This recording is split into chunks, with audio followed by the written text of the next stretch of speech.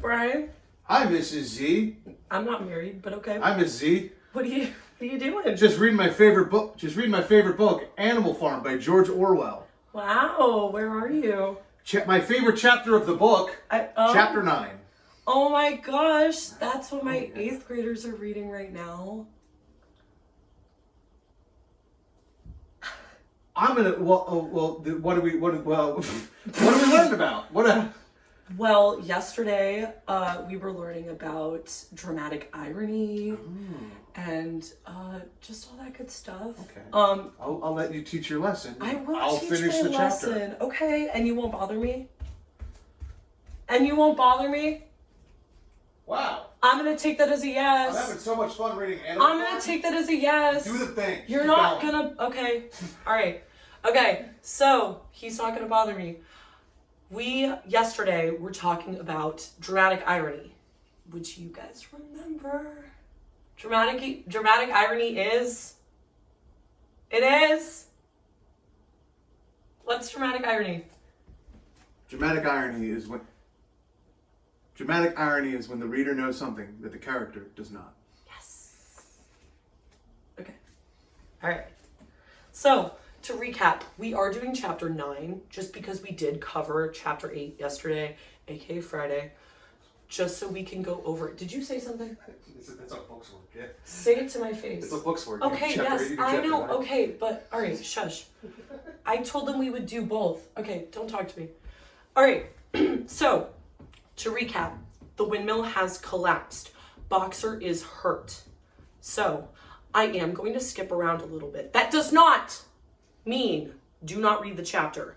This is just so you kind of visualize the main plot points. Got it? Cool. Okay. Remember, this chapter is going to hurt me more than it's going to hurt you. Okay? I recommend bringing some of these. Okay? It's going to hurt me more than it's going to hurt you. Remember, I didn't write the book. I wouldn't have it this way. All right? Just a trigger warning. Okay. So, I'm starting at the beginning, but I will tell you when I flip around. Boxer's split hoof was a long time in healing. They had started the rebuilding of the windmill. The day after the victory celebrations were ended, Boxer refused to take a day off work and made a point of honor not to let it be seen that he was in pain. In the evenings, he would admit privately to Clover that the hoof troubled him a great deal. Clover treated the hoof with poultices of herbs, which she prepared by chewing them, and both she and Benjamin urged Boxer to work less hard. A horse's lungs do not last forever, she said to him. But Boxer would not listen.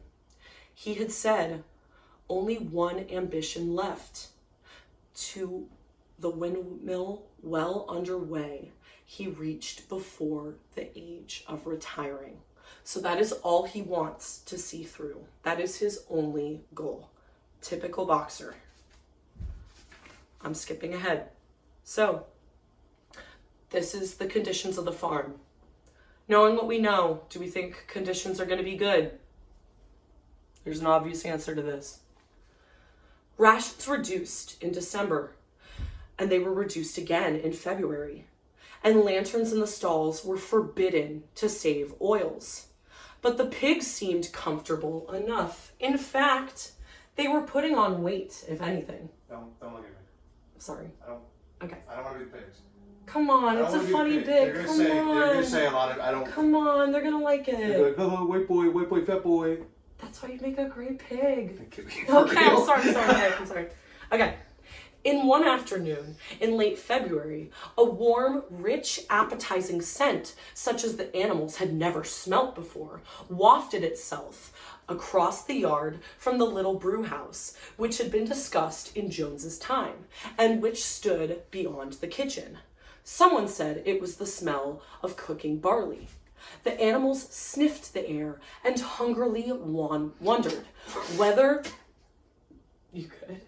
Okay.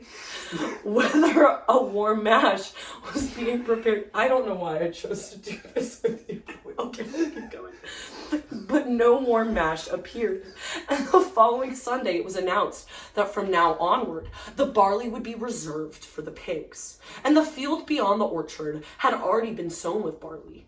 And the news soon leaked out that every pig was now receiving a pint of beer daily, with half a gallon for Napoleon himself.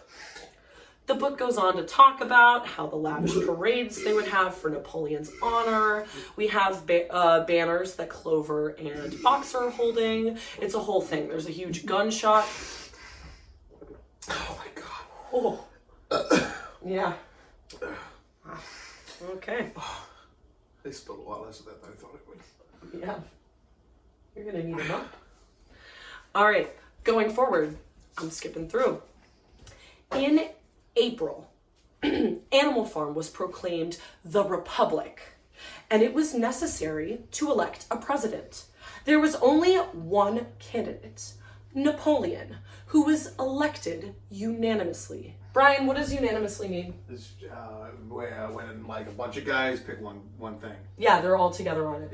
Yeah. Question for you. Yeah. There is one place that they always hold an election, and there's always one guy, and no one runs against him, and it's like, oh, everyone voted for him. What's that place? Nope, not Paraguay.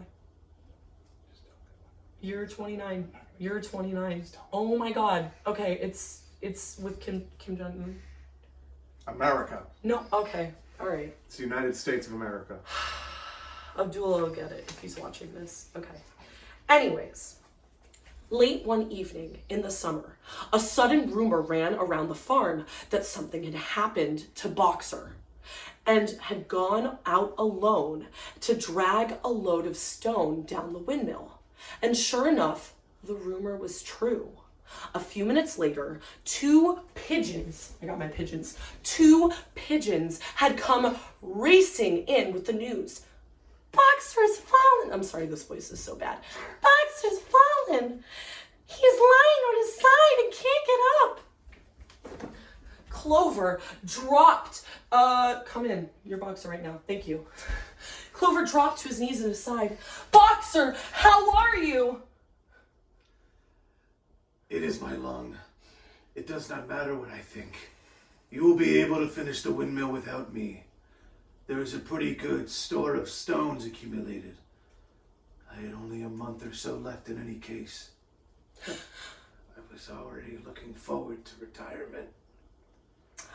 We must get help at once. Run! Somebody tell Squealer! All the other animals immediately raced back to go to the farmhouse to give Squealer the news. After about a quarter of an hour, Squealer appeared, full of sympathy and concern. Napoleon had told Squealer that he was making arrangements for Boxer to get treated at the hospital in Willingdon. The animals felt uneasy at this.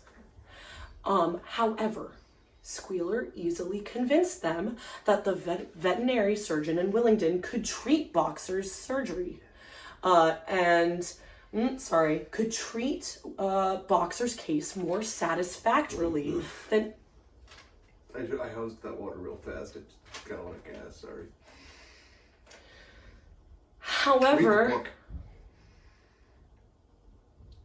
However, Squealer easily convinced them that the veterinary surgeon in Willingdon could easily treat Boxer's case more satisfactorily than could be done in the farm. It was in the middle of the day when the van came in to take him away. They were astonished to see Benjamin come galloping in the direction of the farm buildings, braying at the top of his voice. Quickly! Come at once! They're taking Boxer away! The animals broke off work and raced back to the farm buildings. Sure enough, there in the yard was a large closed van with the lettering on its side and a sly-looking man in a low-crowned bowler hat sitting on the driver's seat. And Boxer's stall was empty. Goodbye, Boxer, they chorused. Goodbye. Fools! Fools, do you not see what is written on the side of the van? Alfred Simmons, horse slaughterer, and Glow Boiler, dealer in hides and kennel supplied. So what that means is that they're gonna Boxer, the horse, they're gonna kill him. They're gonna hydraulic press him into glue. You seen those videos where they take the bunch of crayons and they like crush the crayons, a bunch of crayons split out. They're gonna do that to Boxer, and he's gonna be glue. Yeah, I'm sorry. Clover tried to stir her stout limbs into a gallop and achieved a canter. Boxer! Boxer! Boxer!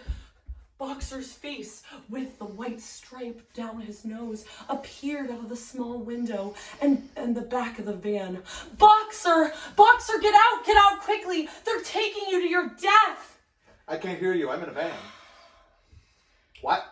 It was uncertain whether Boxer understood what Clover had said. But a moment later, his face disappeared from the window, and there was a sound of a tremendous drumming of hooves inside the van. He was trying to kick his way out. But alas, his strength had left him, and in a few moments of sound of drumming, hooves had grown fainter and died away. Boxer's face did not reappear at the window. Well, on my way to my shift at the glue factory.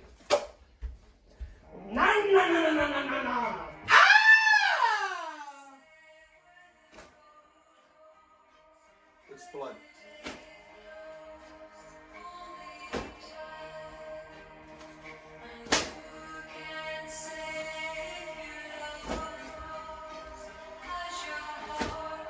All right, not in my face.